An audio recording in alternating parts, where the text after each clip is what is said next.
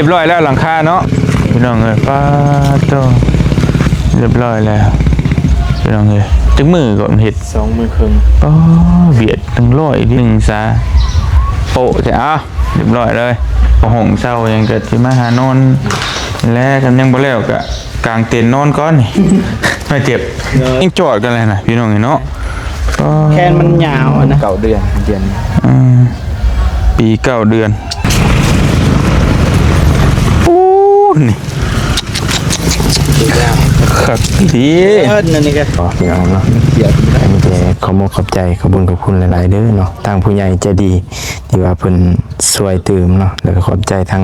ไอเทียงเนาะที่ว่าช่วยหลังคานะพี่น้องเนาะแล้วก็รวมกันก็พอดีปิดจบเรียบร้อยพี่น้องเนาะแล้วก็ขอบใจขอบคุณหลายๆเด้อขอให้อยู่ดีมีแรงเนาะขอให้สุขภาพเข้มแข็งเดินทาง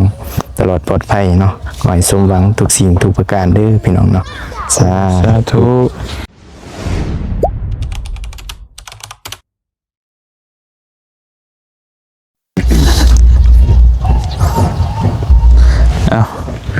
สบายดีเด้อพี่น้องกราบทักทายสบายดีพ่อแม่พี่น้องเบิดสุขุทุกคนนะพี่น้องเนาะบ่ว่าสิอยู่ในและก็ต่างประเทศพี่น้องก็ยินดีต้อนรับเข้าสู่ช่องบ่เตียงทองชาแนลคือเก่าเด้อพี่น้องเด้อมื้อนี้บ่เตียงก็มาเยี่ยมยามถามข่าวทางเฮือนน้องเมฆเพราะว่าเฮาพักมื้อนี้บ่ได้ออกไปปลูกกาแฟบื้ออื่นเพิ่นละสิลุยต่อใหม่พี่น้องเพราะว่าลงมาตั้งแต่น้องเมฆเฮ็ดหลังคานี่ก็บ่ได้มาเห็นเลยเห็นแต่ในคลิปเป็นอะไรบ่ฮู้ว่าเป็นแบบใดก็สิมาถามทั้งน้องเมฆว่ามันไปฮอดชัยจังใดแล้วพี่น้องเนาะเรื่องเฮือนเรื่องซ่าน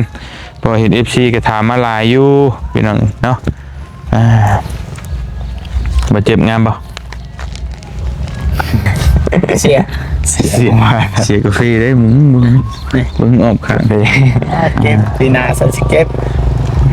คำรู้ละ300,000ได้เป็นเชียร์อยู่ดอกซ้ำนี่และระดับมากละ10,000ก็ได้แล้วมากเลย10,000ยังกลัวเลยน่ะแต่ว่าที่เนาะของน้องเมฆเนาะที่แมตนึงคุณปัญหาเพราะว่าเนี่ยที่มันหน่อยอยากได้หลายจะได้เป็นทีว่าเลยได้บ่มันก็ซ้ำนี่สิได้อยู่แบบใหญ่ไปกว่านี้พุ่นน่ะมาที่แต่ว่างามอีหลีใบเตอร์ตัวครับเรียบร้อยแล้วหลังคาเนาะพี่น้องเอ้ยป้าโตเรียบร้อยแล้วพี่น้องเอ้ยจังมือก่อนเฮ็ด2 มือครึ่งอ๋อเบียดทั้งร้อยดิเบียด2 มือครึ่งก็เฮ็ดทันแล้วฝนท่านได้ตกใส่บ่เฮ็ดยังอยู่พี่น้องเนาะฝนสหับแปลงบ่ตัวอย่างว่ามันรวยครับอยู่หับแล้วเงินกระจายท่านได้เบิดตัวโดยยังครับฝนแล้วไปจังไดโตจังไดแบบนี้บัดนี้เรือนชานเนาะต่อไปบ่ด้วยต่อไปก็บ่มีงบยังเก็บกำอยู่คิดว่าก็สิหยุดก่อนหลังจากหลังคาแล้วพักก่อนเนาะพักก่อนครับว่าฟังเบิ่งเก็บเงินได้จัก 2-3 เดือนอย่าโบกบัดเก็บเงินไว้เดี๋ยวไปโบกต่อบัดนี้คิดว่าตัวละน้อยแพงแต่ว่าตัวนี้หมดหลายพี่น้องเอ้ยเพราะว่าเอาซอยบ่มาโอ้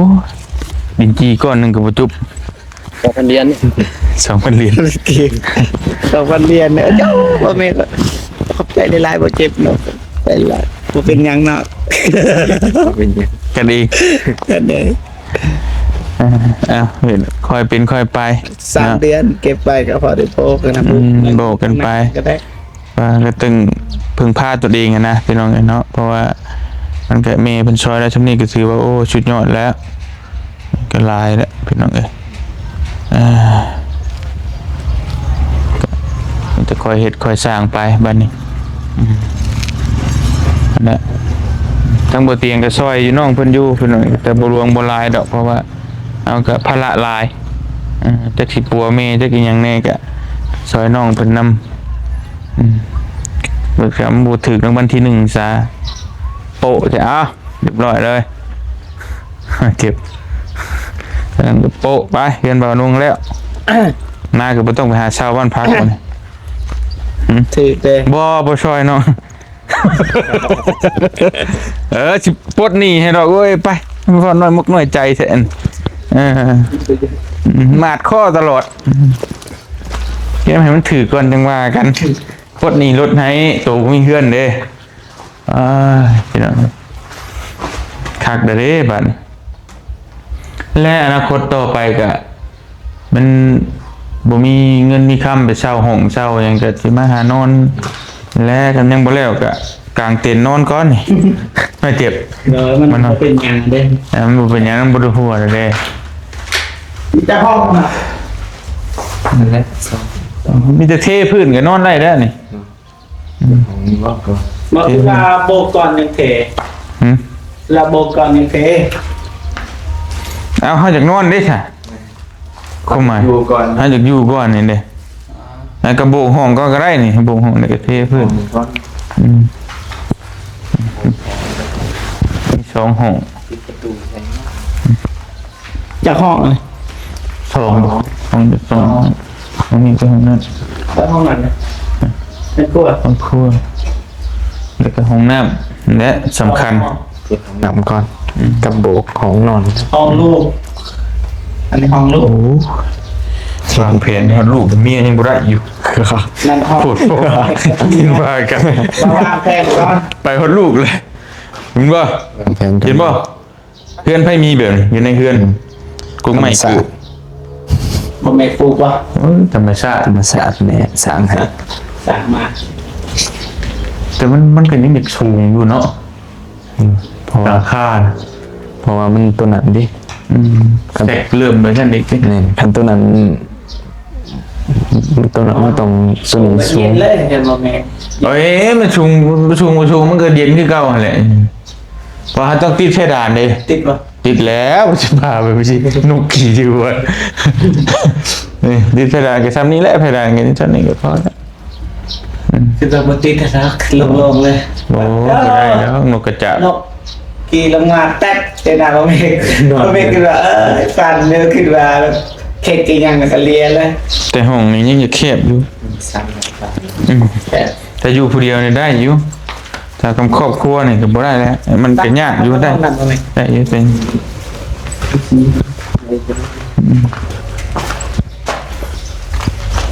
ใหญ่นิดนึงบ่ ซูซีกับบรุษบุลื่นกับอะไรครับเพราะมันเสาเด้ระหว่างช่วงเสานี่ การ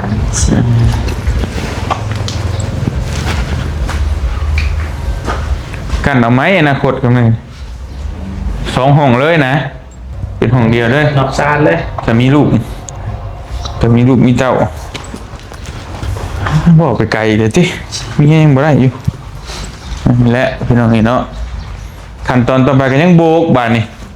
โบกกระเทพื้นแล้วก็ติดบานก็พออยู่ได้แล้วซำอยู่ซื่อๆนะแล้วก็ตกแต่งก็เฮาก็จะคอยแต่งไปทาสีปูกะโลและมันเป็นยังหลายขั้นตอนอยู่เนาะเพดานอีกโดดพื้นโดดไฟห้องน้ำมันก็เกือบสำห้องนอนเนาะตีนกาอาบเพื่อนนับใช่อยู่ใช้บัวเราเคยเจอคนมาหลักใช้งานแล้วจังเนาะ ใส่งานก่อนเนาะ ขุดเลยบ่ ฮะ ยังเพิ่นเห็นยังจะห้องชื่อกุดพี่แล้วอยู่เนาะ ครับล่ะแล้วก็ หักบ่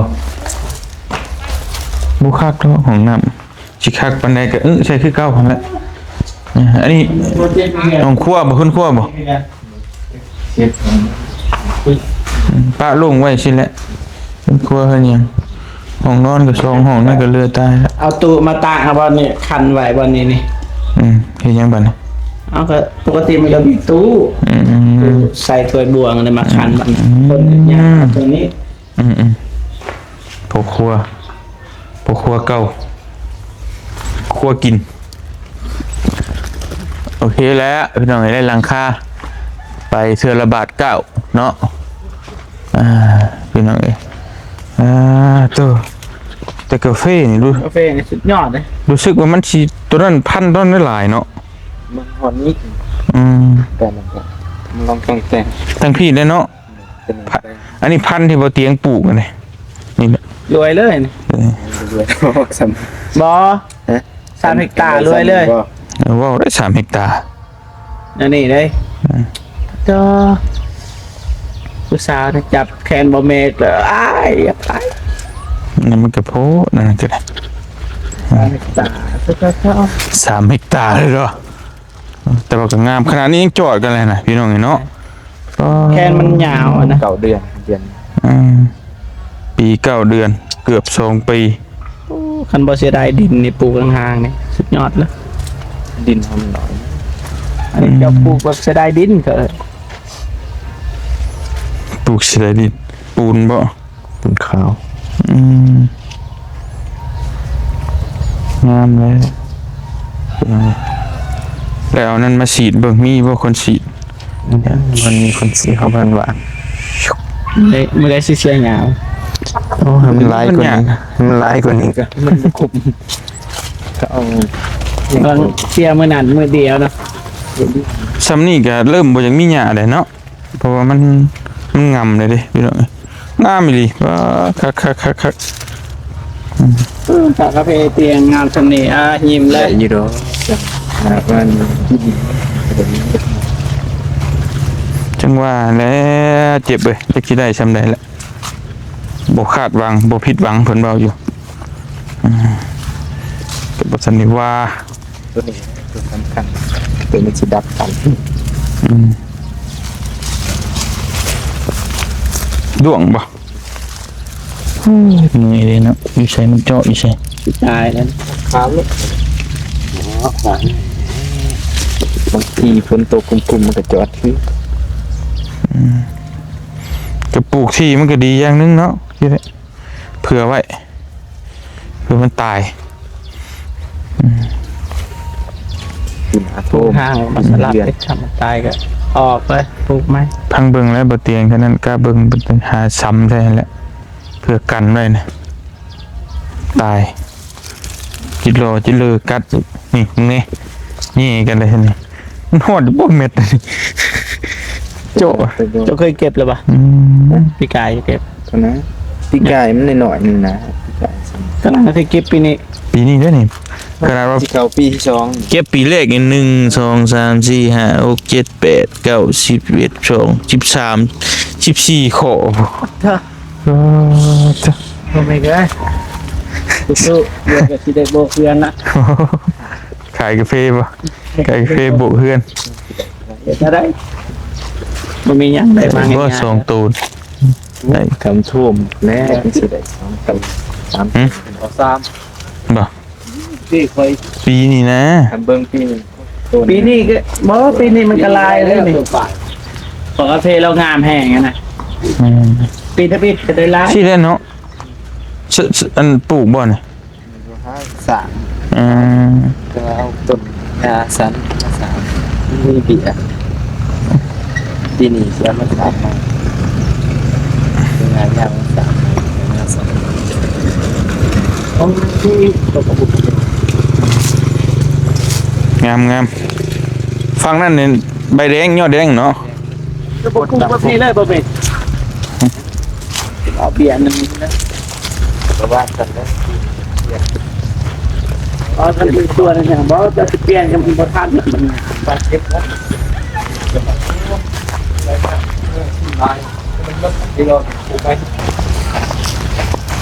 มันได้ชำนี้ก็เอาก่อนแล้วลงทุนหลายเด้อ เจ้าเลย มันก็ยอดแดงก็มันขี้ได้ได้นี่น่ะงามได้นี่น่ะ ตัวยาก ผสมประสานกันไปเลยมันบ่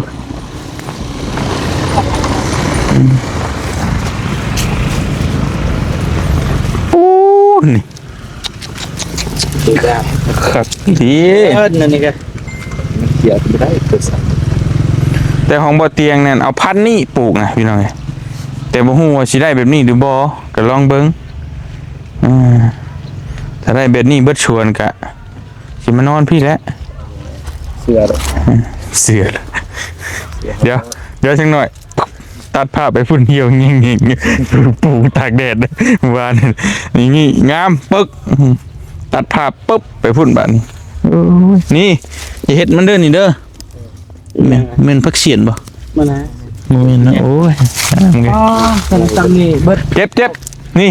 เป็นมากเลยนี่ อืม เก็บนับเบิ่ง very good ลองนับเบิ่งตัวนั้นเท่าไหร่ครับตัวนี้นับเบิ่ง โอ้ต่างครึ่งหนึงน่ะเว้าครึ่งหนึงซะบ่แม่นตอนนี้พี่นี่ เอาตัวมันงามสุด อันนี้ก็แม่นนี่ แต่อันนี้สุดยอดแต่จะเบิ่ง แต่มันก็ยังเติบหนึงอยู่เลยฮะ 2 3 4 5 6 7 8 9 10 11 12 แต่มันก็พอได้อยู่มันตั้งงามหั่นแหละนั่นก็เพกลางบ่ มีบอลบ่งามเด้อบอลบ่งาม อืมมันก็มีงามบ่งามแหละ บ่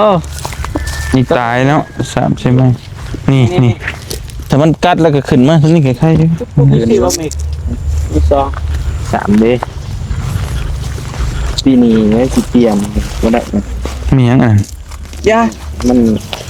บ่ได้มันมันกดคนปลูกแล้วบ่ถึงเอาปลูกหญ้ามาใส่กันออกเลยน่ะ เท่าไหรก็จักเบี้ย เบิดบ่ เด้อแต่ว่าปลูกที่เนาะพันปลาย 1,400พอโลกออกมันก็หลายร้อยเติบ ดินก็เสมอเลยเรื่องมันสี่เหลี่ยม ถ้าได้ซ้ำนี่10 ตอนครับเนาะ เอาเลยนี่ คันเห็น มันขึ้นได้ อันนี้ก็หายใจมอนนะ บริษัทน้อย เส้นน้อย ต้องซื้อกาแฟมากินเฮ็ดเองไอ้พี่มากินกาแฟได้จะไหนได้ มันก็ได้ชื่อคือเก่าหั่นแหละ ซื้อเครื่อง เอาก็จะบ่มีเวลาปานนั้นสิไปขัวไปเขือไปมาก็เฮ็ดกินนี่แค่นี้อ่ะปอนเจี้ยไปแตกแกระเป็นจอกมาได้ บ่คือเฮาเฮ็ดแต่ตั้งใจแบบตำนี้อย่างนั้นแหละ ปานนี้เจ้ามีเวลาปานนี้บ่เจ็บ อ้ายก็ต้องนอนนะจัง เวลากินข้าวกินน้ำ หวยให้นอนอีก นี่คือเบียร์กาแฟพี่น้องเอ้ยน้องเมฆตัวอย่างที่ว่าเฮาเห็นแล้วรู้สึกว่ามันมีแฮงใจนะมันมีแฮงอยากสู้ไปต่อนะพี่น้องเอ้ยเนาะนี่ก็คือน้ำผักน้ำแรงแต่ว่าน้องเมฆก็สิสไตล์บ่เตียงนั่นแหละเพราะว่าบ่มีเวลามาคั่วดอกมีแต่เอาเงินได้เงินมันแล้วก็จ้างคนเสียหญ้าใส่ปุ๋ยก็สิสไตล์บ่เตียงเนี่ยมันต้องได้ลงทุน เก็บปีแรกจะสิได้ทุนคืนหรือบ่พี่น้องก็ยังบ่ฮู้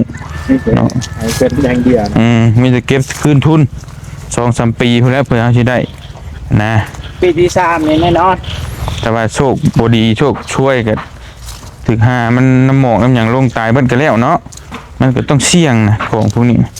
บ่ช่วยปีที่3นี่เก็บ แม่น เก็บใส่เอ มั ง นก็บ่มีหยังแน่นอนในโลกนี้คือว่ามันก็ต้องเสี่ยง